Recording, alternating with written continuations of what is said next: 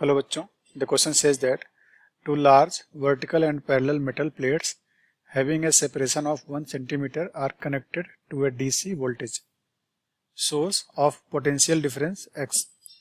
A proton is released at rest midway between the two plates. It is found to move at 45 degree to the vertical just after release. Then X is nearly, and the options are 1 into 10 to the power minus 5 volt, 1 into 10 to the power minus 7 volt, 1 into 10 to the power minus 9 volt, and 1 into 10 to the power minus 10 volt. Okay, तो इसका लिखते हैं की कौन सा होगा। पहला होगा electric force on the charge, तो एफ होता है क्यू इंटू ई, और relation between electric field and potential, तो ये होता है E equals we by D for parallel plates.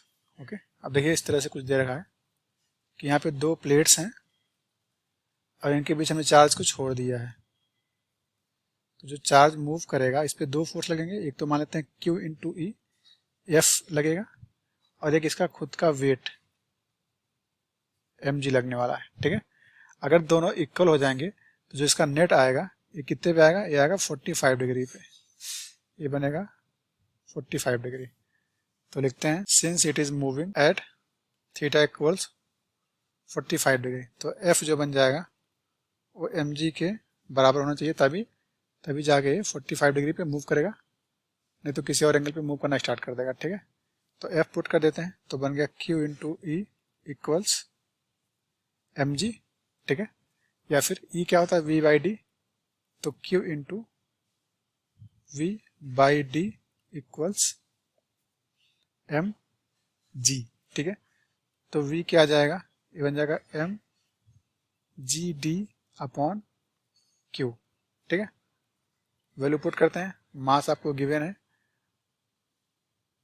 Proton है, तो प्रोटॉन का मास होता है 1.67 into 10 to the power minus 27।